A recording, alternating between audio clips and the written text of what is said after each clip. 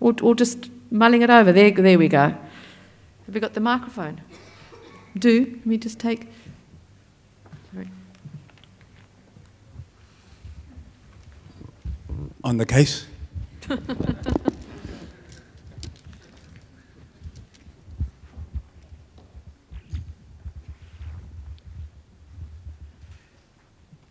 Thank you for the speech, Prof. It's really inspiring. I want to find out, we talk about social cohesion. We talk about there is a need for that.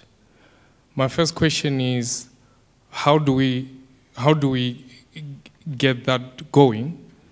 And two, how do you change the perception of South Africans living in South Africa and South Africans living abroad? I have the opportunity to engage with a lot of my friends back home, some in the States, and many have different perceptions. Recently there was an article about the rapid bus system going past the northern suburbs, and there was an issue with the residents not wanting it to go through there. My point or my view was that there is still that divide when it comes to the haves and the have-nots. So how do you get those two groups of people to see the common goal, which is to build a South Africa that is better for all? That is the how part. Because the identifying of the problem is there, that we know that we need to get that going, but how do we get that? Thank you. Firstly, on the rapid bus transit system, I certainly didn't hear that, and I listened to the Gauteng news stations and radio stations all day.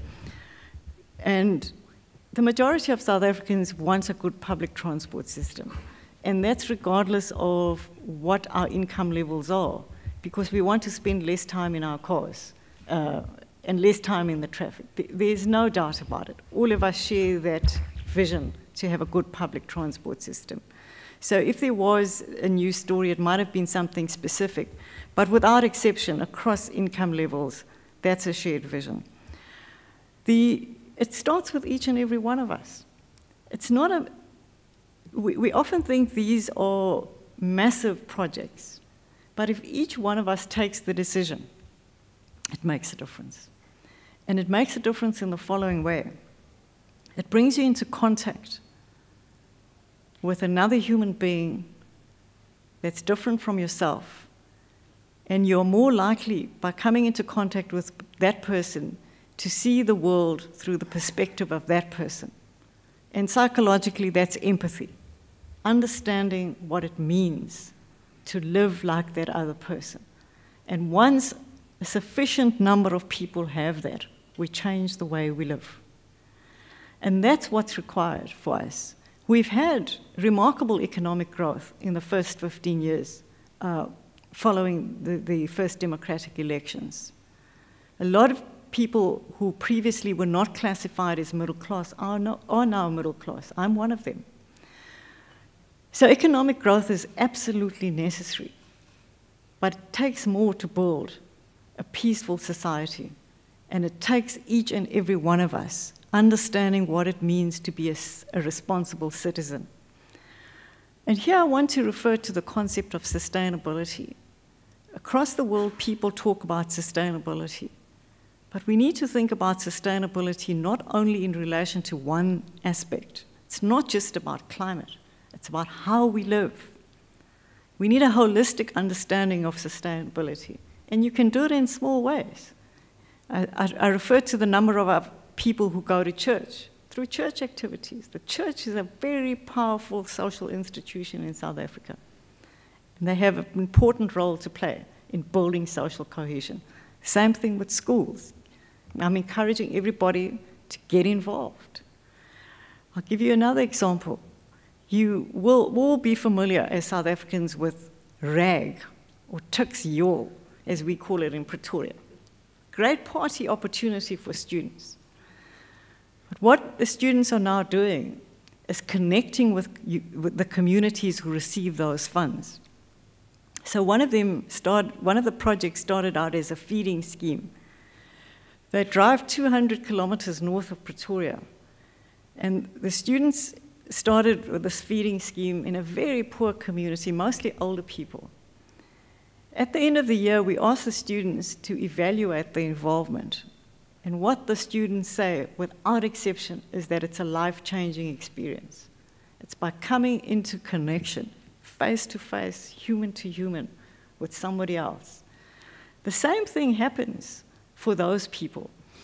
Interestingly, in this project, the major sponsoring company, supermarket chain, said that they would take over the running of the project. The community objected. They wanted the money from the supermarket chain, but they want the students to continue. Because the key difference is that the students connect with the people. It's not just a service, it's about that human interaction that makes it an exceptional project, and we need more of that. So I believe each one of us can make that difference, and we must choose to do so. It's a choice we have, but at the end of it, for me, it's about self-worth. I know that I can make a difference. One person's life, and that's enough.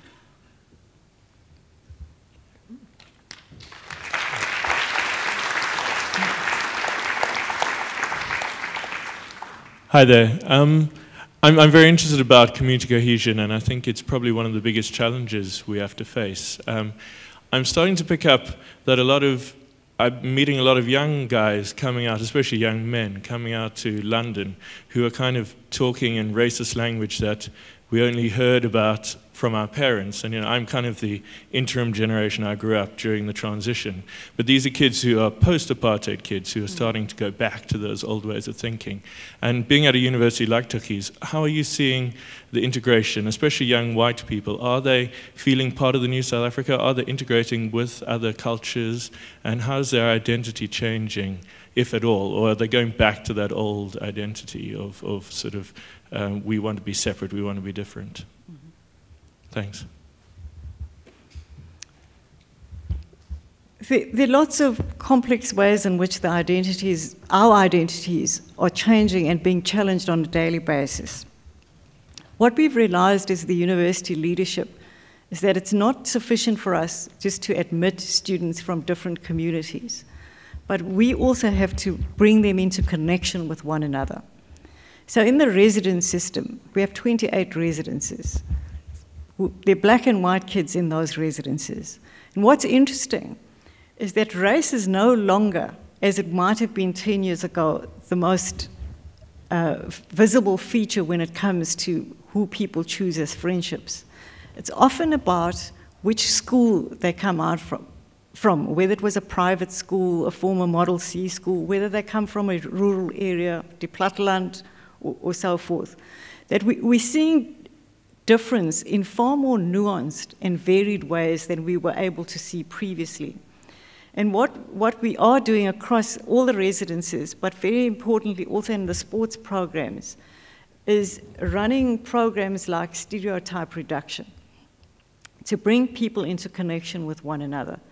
By doing that, it's part of the total educational experience. It's not classroom experience, it's outside classroom, but that's important. It's our contribution to social cohesion.